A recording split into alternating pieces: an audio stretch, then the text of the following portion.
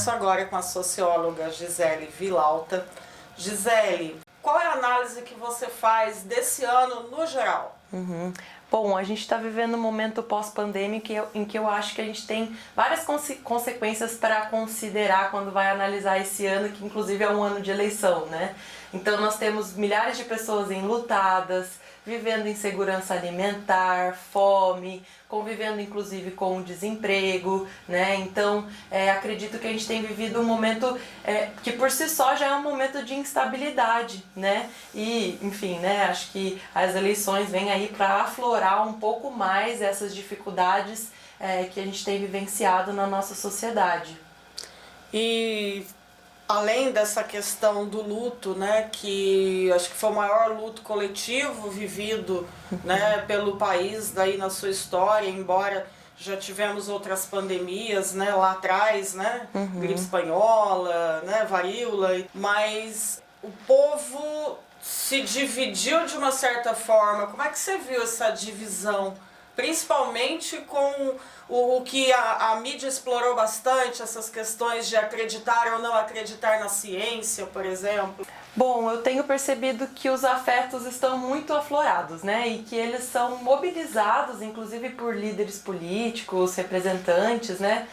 Justamente para que essa população incentive, apoie ou preste algum tipo de refutação a algum candidato, mais especificamente, né?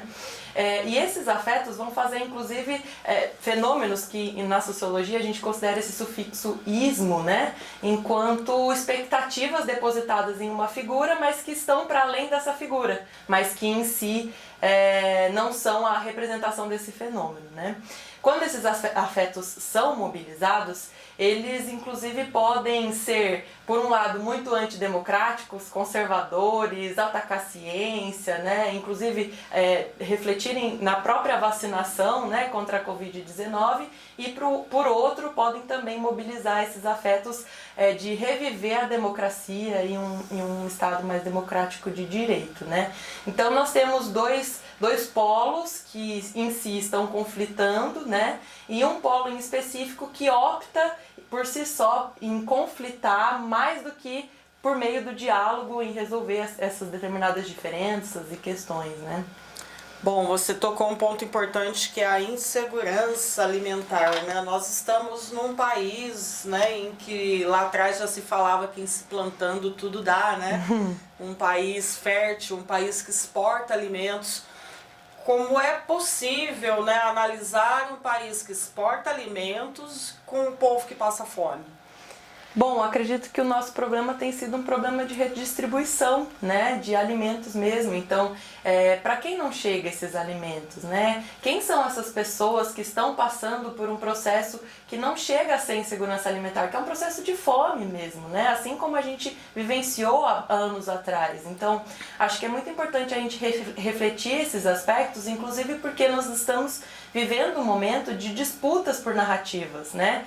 Então, essas narrativas, inclusive, trazem uma outra configuração e disputam significados para fenômenos que a gente acreditava que já estavam consolidados, como foi o caso, por exemplo, da censura, né? Acreditávamos que nós já estava estabelecido socialmente o que foi essa censura, e atualmente essa palavra censura tem sido utilizada erroneamente para dar um significado àquilo que órgãos superiores estão fazendo, que é o combate à desinformação e às fake news, né?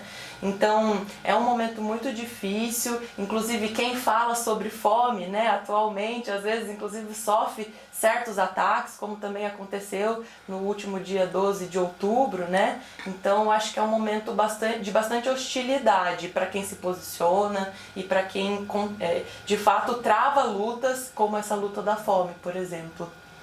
Bom, e a gente sabe que as religiões movimentam massas, né? E elas acabaram virando ferramenta, né, de disputa, ferramenta de troca e ferramenta de doutrinação, né? Como é que você analisa, né, essa guerra santa, né? Que a gente achou que talvez o termo guerra seja muito forte, mas a gente não tem muito outra coisa que não seja sinônimo disso, né, principalmente aí nas redes sociais, a gente observar, né, o que está acontecendo. Não tem muita outra palavra para usar, né? Como é que você analisa isso?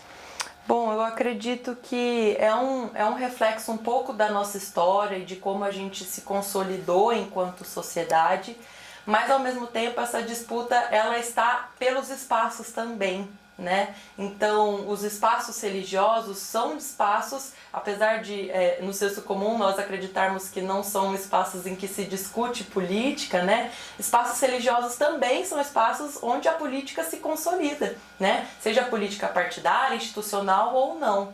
Então, essas disputas também estão colocadas à prova dentro dessas instituições e acredito muito que atualmente no segundo turno, o que a gente vê, principalmente do fenômeno bolsonarista, né, é uma necessidade não de atacar os seus opositores, mas sim as instituições e principalmente as instituições democráticas, né? Então a gente vê ataques às instituições partidárias, às instituições de Supremo Tribunal Federal, Supremo Tribunal Eleitoral, enfim, que tentam então fazer um trabalho de resgatar essa democracia que neste momento está inevitavelmente sendo perdida, inclusive pela própria população, né? Que configura essa característica antidemocrática para além dos representantes, né? Bom, o Brasil é um país muito grande, onde vários países cabem dentro dele, né? Então, e muito se falou da questão da Amazônia, da questão dos povos originários, não só da Amazônia, mas do Brasil inteiro, que são cidadãos com os mesmos direitos, né, que a Constituição prevê a todos, mas que são tratados com uma diferença, e uma diferença bastante grande, inclusive de proteção, né? Como é que você vê isso? Acredito que nós temos muitas questões equivocadas quanto aos povos originários, né? Desde que os europeus pisaram neste solo, nós temos percepções sobre esses povos que são percepções desconfiguradas, que não de fato representam estes povos. Então acredito que nós precisamos dar maior abertura ao diálogo e sempre se colocar nesse lugar, né, no lugar do outro, inevitavelmente, porque esses povos são aqueles que atualmente representam a luta pela Amazônia, pelos nossos recursos naturais, né, e que são vitais para toda a população, né, inevitavelmente. Então, acredito que nós teríamos que ter muito mais zelo por essa população e entender as suas necessidades e especificidades mais do que atacá-las, né, que infelizmente atualmente é o que nós temos visto, né. E a gente vê muito atacada a garantia de direitos, né? Sim, especialmente no caso das pessoas que são mais vulneráveis, né? Então, nós vemos algumas configurações no sentido de políticas públicas serem atacadas e políticas públicas que são destinadas às pessoas de maior vulnerabilidade social. Mas isso também faz parte de uma disputa pela narrativa e que vai se consolidar inevitavelmente nesse segundo turno das eleições, né? A gente vê a pobreza de vários aspectos, né, de vários ângulos, com várias lentes, né, e uma das coisas que a gente percebe, inclusive aqui pertinho da gente em Taubaté, é o aumento da população de rua, né, e o aumento também da dependência, né. A dependência acabou ficando muito grande, porque antes você poderia comprar um remédio com pouco dinheiro. Hoje você não pode comprar nem esse remédio, ou você tem que optar ou pelo remédio ou pela comida, né? Então, o que você acredita, né, que seria o pontapé inicial para começar um olhar diferenciado para essa população, para a gente voltar para a linha da pobreza, porque nós estamos abaixo dela nesse momento, né? Sim, sim. Bom, eu acredito que nós, dentro dessas disputas, a gente precisa entender um pouco o que está por trás desses discursos e dar um pouco mais de sentido a, de fato, que são as políticas públicas, né? Porque as políticas públicas, elas estão para a população e devem servir para atender as nossas necessidades. Então, no nosso caso, atualmente, apesar de, enfim, nós temos números importantes de desemprego, nós não temos visto um interesse, uma atuação nesse sentido de tentar diminuir esse desemprego, né? E de amparar essa população, que normalmente é uma população mais carente, para que, enfim, nós consigamos uma sociedade mais próspera, com uma maior, inclusive, inclusão social dessas pessoas, né? Enfim. E nós temos visto aí diariamente muitas falas supremacistas, né? E nós sabemos que o Brasil, a maioria é de minoria. Então a gente tem aí as bandeiras de luta LGBTQIA+, as bandeiras de luta do povo preto, as bandeiras de luta dos estrangeiros, né? Dos migrantes e imigrantes, enfim. E como é que você acha que a gente pode reverter essa situação supremacista? Porque independente da saída de quem fala, tem os reflexos, né? Tem os ecos disso, né? E até me espantou esses dias, né? Eu estava assistindo TV e estava vendo a quantidade de células neonazistas no Brasil. Isso me chamou bastante atenção. Então, assim, não vou dizer como combater, porque é uma coisa que vai ainda por alguns séculos, mas como começar a controlar isso? Existe uma receita para começar a controlar? Bom, acredito que nós estamos vivendo um momento que, principalmente as lutas das minorias, elas não são mais ofensivas, mas defensivas de direitos, né? Infelizmente, inclusive porque sofrem muitos ataques. Mas inicialmente, né, o que eu acredito que seja uma via possível, mas que não a única, né, é justamente a gente ocupar esses espaços e reivindicar esses lugares, né. Para além disso, enquanto cidadãos e enquanto parte da sociedade, entender que é claro que existem várias lutas fragmentadas nesse sentido, mas que invariavelmente nós estamos defendendo, no mínimo, né, uma questão em comum, que é a democracia, que é a possibilidade da diversidade e do pluralismo existir e sobreviver, né, que atualmente tem sido uma questão, né, para essas pessoas sobreviver. Então, no caso desses discursos mais extremistas, infelizmente nós vamos conviver um tanto mais de tempo com eles, especialmente por conta de ser um fenômeno que está para além dessas figuras, né? E que está personificado não só nessas figuras, mas também na população brasileira. Como é que a sociologia lê essa necessidade que o ser humano tem de ter um líder para seguir? Bom, de várias maneiras. Mas no caso brasileiro, em especial, nós entendemos que esses líderes normalmente são líderes carismáticos e que conseguem mobilizar esses afetos, né, invariavelmente. Sejam afetos antidemocráticos, às vezes de caráter neofascista, ou mais progressistas e democráticos. Então, invariavelmente, eles também mexem com as expectativas das pessoas e de um povo que em si já é muito carente, né? Então, acredito que principalmente essa perspectiva se enquadra no nosso caso, assim. Para a gente voltar a ter uma saúde democrática, né, ou pelo menos um pouquinho dela, né, o que você acha que talvez devesse ser assim a primeira preocupação do próximo governante?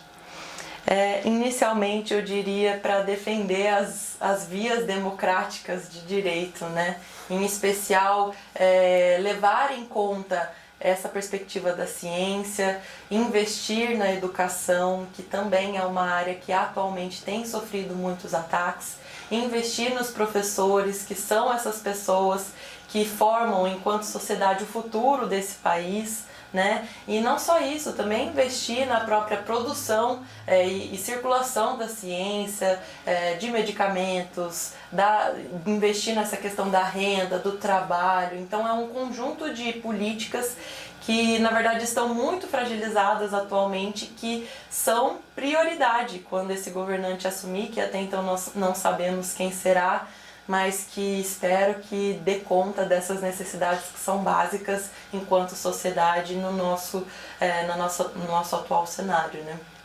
E qual o conselho que você dá aí para o povo brasileiro, né, para ajudar também, né, as instituições a tirar o Brasil dessa situação, né? Porque é uma situação dolorosa, é uma situação sofrida, né? A gente vê pessoas que um dia desse tinha uma casinha, tinha um carrinho, né? Tinha aí os filhos na escola. A gente vê que essa família desmantelou, né? Que essa pessoa não tem mais a casa, não tem mais o carrinho, enfim, né? Já passa hoje necessidades básicas que ela não passava antes, né? Então, o que você diria aí, né, para essas pessoas? Bom, acredito que nós precisamos buscar a informação de uma maneira em que ela nos traga um bom caminho de conforto enquanto população, né? É claro que aquilo que nos mobiliza a votar em alguém vai ser sempre uma experiência que eu convivo, né? Uma experiência muito individual, mas a gente também tem que pensar enquanto sociedade, né? Porque no fim das contas, nós em uma família nós temos várias configurações, né? E várias realidades diferentes. Então, acredito que buscar a informação correta, evitar mesmo espalhar essas fake news, buscar políticos que de fato vão representar o interesse da população em geral e que considerem o pluralismo e a diversidade que nossa população tem, né? E que invariavelmente precisa ser mantida para garantir então esse Estado democrático de direito. Gisele, qual é o papel do jovem, né, nesse Brasil que vivemos hoje? Bom, atualmente nós tivemos um índice histórico de jovens que se interessaram por participar desse processo democrático, que é a eleição, né? E acho que isso vem bastante para confrontar algumas narrativas que estavam sendo consolidadas de que os jovens estavam desinteressados pela política, né? Na realidade, eu entendo que esses jovens não estavam se sentindo representados. Então, hoje a gente vê esse movimento da juventude principalmente vinculado às redes sociais. Então, em algum momento nós entendemos as redes sociais como uma arma potente e positiva nesse sentido, e que também precisa de cuidados, mas que nesse aspecto foi muito positiva, né? Porque os jovens se mobilizaram através das redes sociais, foram influenciados por influenciadores digitais, né, a tirarem seus títulos e de fato estão exercendo essa atuação dentro das eleições atualmente. Acredito que esse seja um papel fundamental, inclusive porque muitos desses jovens ainda não são obrigados a votar, né, e estão lá por livre e espontânea vontade e porque querem fazer diferente. Então, acho que é uma perspectiva muito importante que, enquanto socióloga, vai dar bons frutos para serem analisados aí depois das eleições. Interessante que, seguindo a outra ponta, ontem eu entrevistei um professor que falou, olha, vou levar a minha mãe com 83 anos para votar porque ela faz questão. Sim. Sim, eu acredito que muitos desses idosos, né, que se identificam então com esses representantes e que também passaram por um processo de isolamento muito forte com a pandemia, né, se veem agora nesse momento em que podem ir até a urna e devem exercer esse direito político em um momento tão polarizado, então isso também é um aspecto positivo, né? Eu também vi muitos desses casos lá na minha sessão eleitoral esse ano e eu particularmente fico emocionada, né, em ver essas situações. É muito bacana isso. Inclusive eu fiz a leitura, né? É a minha mãe, é a mulher. A mulher lutou tanto para conquistar esse direito, né? Então, tá lá com 80, 90, não tem problema. Ela vai na urna. Sim, sim. Independente da idade, eu acho que é importante a gente ter essa consciência de que é um processo importante, né? E que quem está lá muda sim toda a configuração de uma sociedade, toda a história de um povo, então a gente precisa entender a importância desse processo eleitoral. Então agora eu vou deixar aqui nossas lentes à sua disposição para suas considerações. Se tiver alguma coisa que eu não perguntei para você que você acha importante, né, salientar, enfim, fica à vontade. Bom, acredito que nós estamos vivendo um momento de bastante hostilidade, né? E essa hostilidade não tem acontecido de cima para baixo, mas entre nós mesmos enquanto população. Então, acho que se posso deixar um recado, principalmente para a população taubatiana que nos assiste, é para que essas pessoas busquem cada vez mais se conformar com um diálogo para além de um conflito entre as pessoas, né? Porque a gente não constrói uma sociedade com violência, com diminuição de determinadas pessoas e, enfim, hegemonia de determinadas outras, né? Nós construímos uma sociedade com coletividade e com um diálogo que seja, portanto, próspero e que entenda essas diferenças e em que há lugar para todas essas pessoas.